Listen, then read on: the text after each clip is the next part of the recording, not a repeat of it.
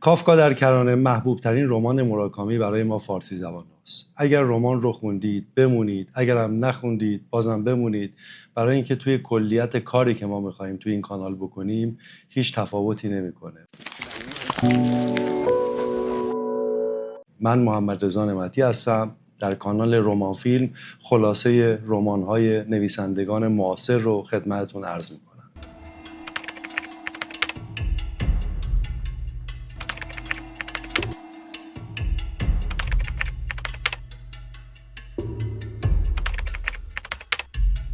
کافکا تامورا روز تولد 15 سالگیش وسایلش رو جمع میکنه و از خونه پدری که هیچ رابطه احساسی با هم دیگه ندارن فرار میکنه.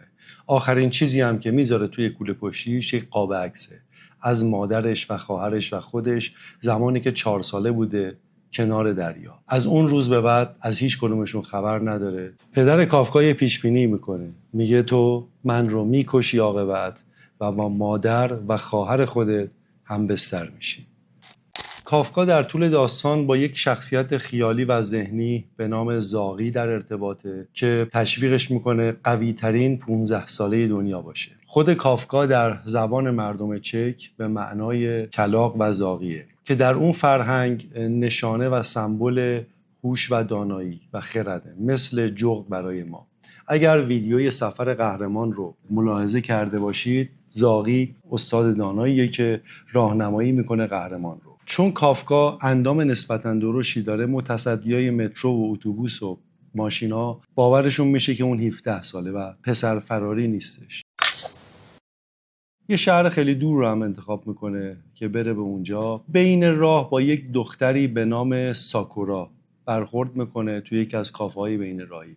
این دختر خانم 19 ساله ساکورا، بیشتر بهش برمیگردیم ولی مشخصاً همینجا یک شیفتگی نسبت به کافکا پیدا کرده. به خاطر همون پیشبینی که پدر کافکا کرده، با هر دختری با هر زنی که مواجه میشه این نگرانی رو داره که نکنه این خواهرم باشه این مادرم باشه. چقدر قشنگ موراکامی تضاد درونی رو برای شخصیت قهرمان میسازه. از یه طرف هر زنی هر دختری مواجه میشه این کشمکش رو براش میسازه که من اینها رو تمایل دارم، به اینها میل دارم، اما نکنه مادر یا خواهر خودم باشم.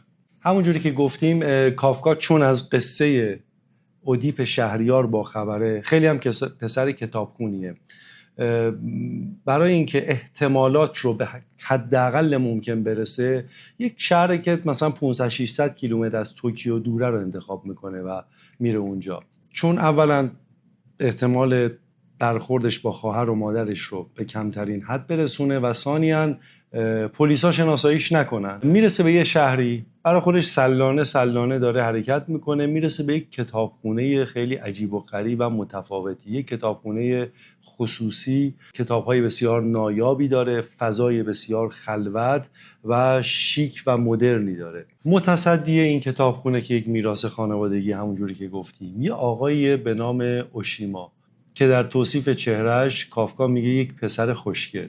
اوشیما متوجه میشه این پسر عادی نیست و پسر فراریه. با این حال خوشش میاد از اینکه یه بچه اینقدر باسواده، اینقدر با دانش، اینقدر آگاهه و اجازه میده که میگه میتونی بیا اینجا برای خودت بپلکی، روزا رو زندگی کنی، با کتاب‌ها مطالعه کنی. رئیس این کتابخونه خانم سائکی، زن مثلا 50 خورده ای ساله است که تمام میراثش رو آمده این کتابخونه رو راه اندازی کرده. این زن 52 ساله توی نوجوانی یک تک آهنگی خونده به نام کافکا در کرانه.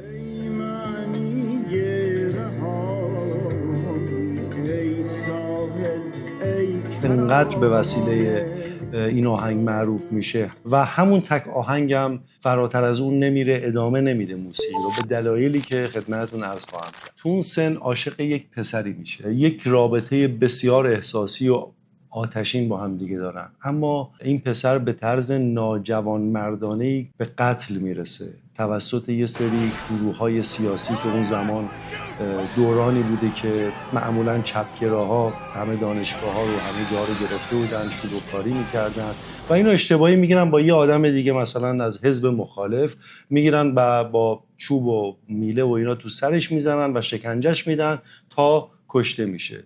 این زن که اون زمان دختر نوجوانی بوده افسرده میشه و تمام زندگی سلبریتی گونه خودش رو کنار میذاره و یه جوری ترک دنیا میکنه. موازی با داستان کافکا ما یک قصه دیگه هم داریم که شخصیت اصلیش یک پیرمرد عقب افتاده به نام ناکاتاه. مواجب بگیر دولته و البته یک درآمدی هم از یک کار منحصر به فرد خودش رو داره، شغل منحصر به فردی داره و اون هم پیدا کردن گربه‌های گم شده است. اما قضیه کم عجیب‌تر از این حرف هست. این پیرمرد توانایی مکالمه و سخن گفتن با گربه‌ها رو داره. زبان گربه‌ها رو بلده، گربه‌ها هم زبان اون رو میفهمن.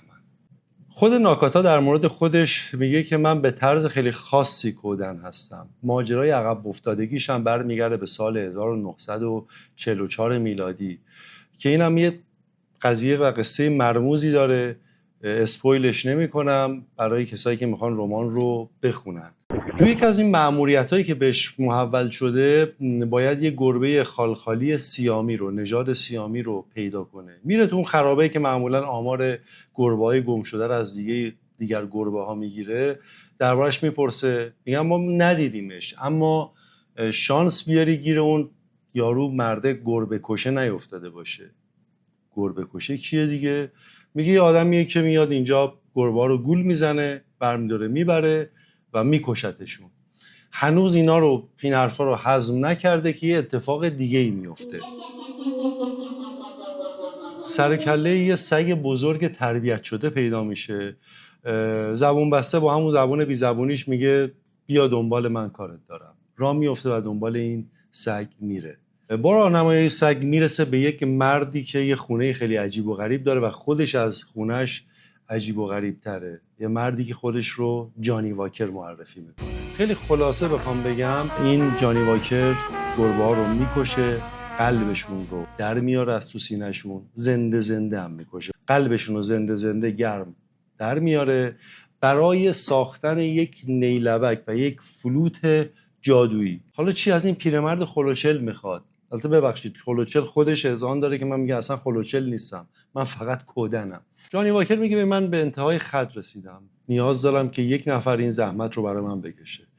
خیلی منو یاد طعم گیلاس آقای کیارستمی میندازه. طبیعتا این آقای ناکاتا که قلبش قلب پرنده است میگه نه، من همچین کاری نمیکنم. خیلی هم جور عجیب و غریبی حرف میزنه، انگار مثلا چه میدونم یکی با زبان دوران قاجاریان فارسی حرف بزنه. اینجوری میره جلوی خودش، دو سه تا از اون گربه‌هایی که همیشه دوستش بودن تو اون خرابه آمارشو گرفته، همون بلایی که دیگه نمیخوام تکرارش کنم سرشون میاره. ناکاتا مقاومت میکنه تا میرسه به همون گربه خالخالی سیامی. وقتی که میبینه که میخواد با اون گربه این کار رو کنه، تحمل نمیکنه و با چاقو این مرد رو میکشه و از اون خونه میاد بیرون. چشماشو باز میکنه، میبینه یه جایی در حالی که لباساش خونی، یعنی همون تو همون خراب است و گربه هم کنار دستشه. هیچ ایده ای نداره چجوری این مسیر رو طی کرده به اونجا رسیده و با این وضعیته. گربه رو تحویل صاحبش میده، برمیگرده میره پاسگاه و خودش رو معرفی میکنه. طبیعتا اون مأموری که اونجا هستش باور نمیکنه این پیرمرد حالت طبیعی نداره و میگه پدر جان برو. میگه باشه من میرم، ولی فردا از آسمون ماهی ساردین میباره.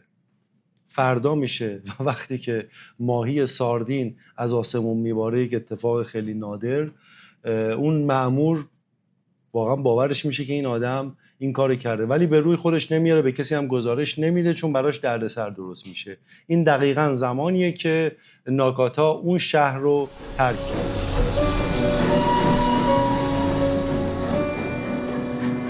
حالا برگردیم سراغ داستان کافکا دوباره و ببینیم که چجوری کشته شدن جانی واکر کافکا رو میندازه توی دردسر در فاصله 650 کیلومتری. یه شب که کافکا یه مسافرخونه ارزونی گرفته برای خودش اونجا اقامت داره، میره توی پارکی و این هم از هوش میره. انگار وقتی به هوش میاد میبینه که یه آثار خون روی لباساشه، یه جایی از بدنش زخم و زیریایی شده، کبود شده، کوله پشتیش افتاده مثلا چند متر اونورتر، بدونه که چیزی ازش دزدیده شده باشه. نه دردی داره، نه خونریزی داره، چیزی به اون صورت نداره و هیچ ایده‌ای هم نداره چه اتفاقی افتاده. خیلی میترسه. به عقلش میرسه که زنگ بزنه به همون دختری که توی کافه دیده بود. وقتی تماس میگیره با ساکورا اونو میبره خونش، همون دختر 19 ساله، تیمارش میکنه. به عقلشون میرسه که خب شروع کنیم رادیو، تلویزیون، روزنامه، فردا صبح ببینیم چه اتفاقی افتاده. ولی هیچ خبری مبنی بر این که تو اون محوطه جرمی، جنایتی شده وجود نداره و اینا تا حدی خیالشون راحت میشه. اما ساکورا میگه تا اطلاع ثانوی از هر دردسر و گرفتاری و چیزی دوری کن، پرهیز کن، چون نمیدونیم بالاخره یه اتفاقی افتاده، فقط هنوز ابعاد فاجعه کشف نشده. فردا صبح میشه، میبینه که ساکورا رفته سر کار، وسایلش رو جمع میکنه و بدون خداحافظی و خبر دادن فلنگو میبنده و از خونه ساکورا هم میاد بیرون. این شخصیت عجیب و غریبی هم داره دیگه، هیچ چیزی و کسی ظاهرا براش اونقدر اهمیت نداره. دقت کنید هنوز توی مقدمه تأثیر مرگ جانی واکر روی کافکا هستیم. میگه تو الان نیاز به یک جای امن داری. جای امن کجاست؟ یه برادر بزرگتری داره اوشیما، کنار یک جنگلی با دست خودش یک کلبه ای رو ساخته، یک جای خیلی پرته که نه موبایلی آنتن میده، هیچی نیستش. میگه بریم اونجا، ببرمت اونجا تا چند روز تا آبها از آسیا بیفته.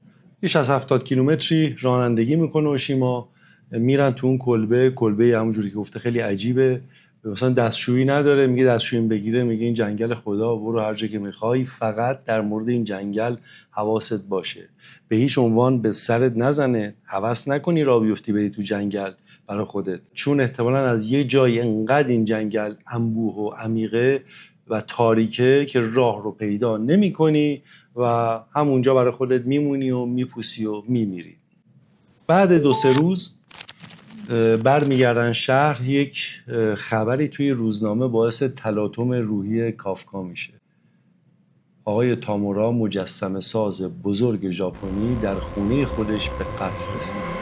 ما اینجا متوجه میشیم که اون آقای جانی واکر همون پدر کافکا هستش. پلیس هم در به در هم دنبال قاتل، هم دنبال پسر گم شده آقای تاموراه و اینجوری دردسر کافکا شروع میشه. من به همراه همکارم خانم شکر پایان قسمت اول رو اعلام میکنم. احتمالاً در 2 یا 3 قسمت این رمان رو کامل خلاصه و تحلیل خواهم کرد.